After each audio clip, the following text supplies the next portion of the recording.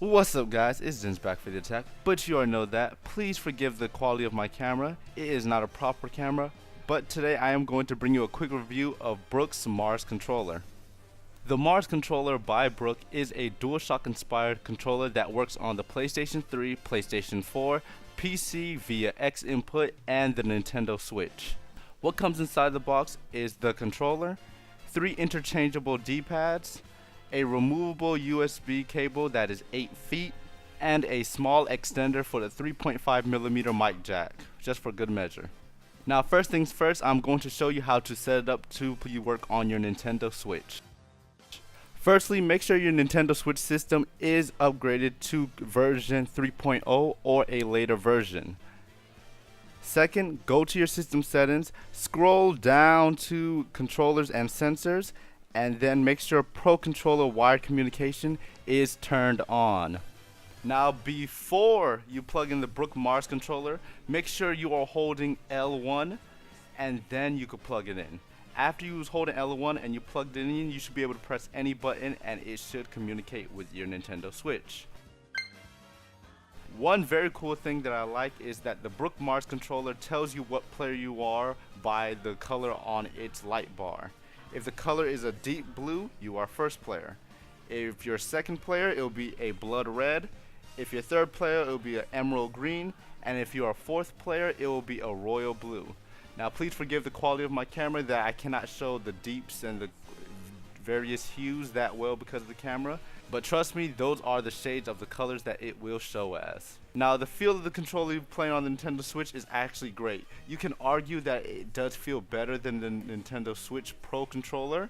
However, you know, that's in my opinion. It just feels really great and it does have the motion rumbles in it, so you are able to use motion controls with the controller just like the Nintendo Switch Pro controller.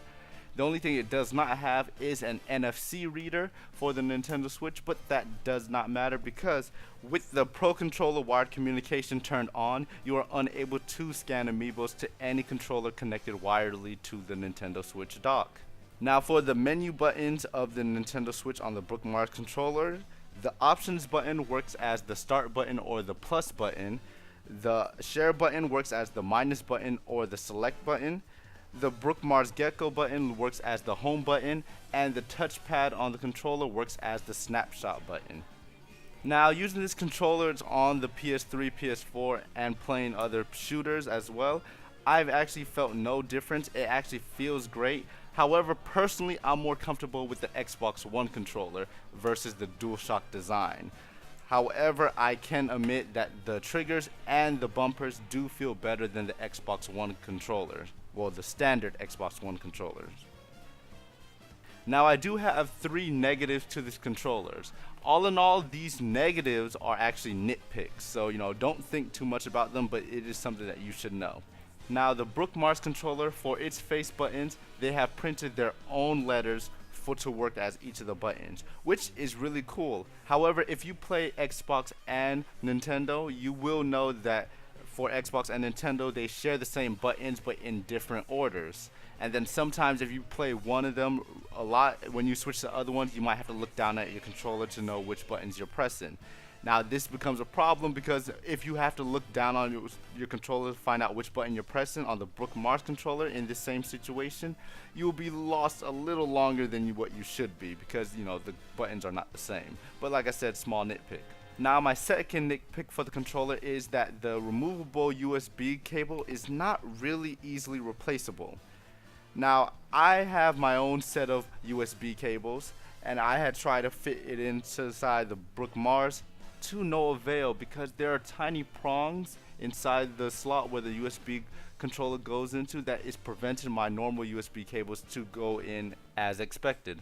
Now this isn't a big problem because the USB cable that is provided has certain grooves to slide right in between those prongs to keep it snug and tight in place, and looking at the cable, it's actually made with really good quality, so I don't think anything will happen to this USB cable that is provided by Brook Mars for any reason. However, if anything was to happen to that USB cable, you might have to custom order one of the USB cables to get another one. Now the last nitpick is the D-pads. Now I'm going to start this off by saying the D-pads are great. However, this small detail is only going to really apply to fighting games. And since Brook products is mostly tailored toward fighting games or mostly advertised toward fighting game players, this might be something you might want to listen to if you are an avid fighting game player. Now, I might be in the minority of this, but in fighting games, I like to use the D-pad to move around and to do all my inputs. Now, with the Brook Mars controller's D-pads, this is where it comes tricky. Now, from left to right, I am going to refer to each of the D-pads as the standard D-pad, the detailed D-pad, and the Xbox Elite D-pad. Now, for the standard D-pad, it's similar to the Xbox 360's D-pad, which, as in, if you press a button aggressively, you might also hit one of the neighboring buttons and also get that one's input. Now, in this example, I am pressing forward over and over, and sometimes you will see that I will get a up input.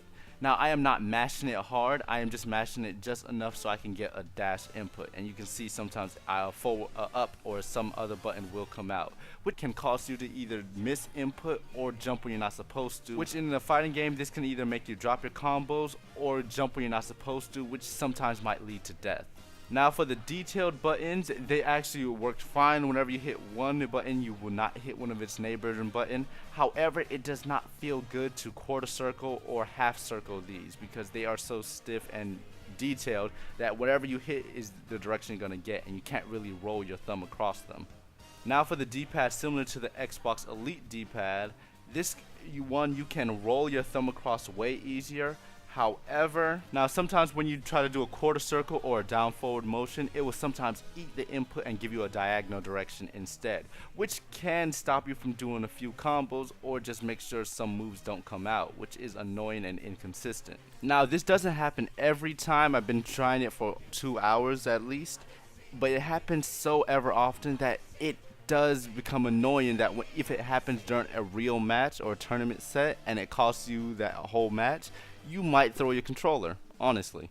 Now, like I said before, this only applies to if you use the D-pad for movement and inputs in your fighting games. Most people use analog, and the analog is perfect and fine. And in other games where you don't have to be so precise and perfect and aggressive with your D-pad and you choose to use it, like platformers and such, the D-pads are perfect. But for any game where you have to be perfect and precise with inputs like quarter circles or full circles or even half circles, then the D-pad does fall flat. In conclusion, if you're looking for a really good, inexpensive wired controller and you play on the Nintendo Switch, the PC, or the PlayStations, this is a perfect controller for you. However, if you are a fighting game player that uses D-pad for your inputs and you're looking for a new main controller, this might not be for you. Anyway, I hope this review was helpful for you to make an informed decision about your purchases. And if you have any more questions about the Brook Mars controller, I do have links in the description below where you can buy one and where you can see all the specs and such on it. I've been Dimz, and I'll see you guys later.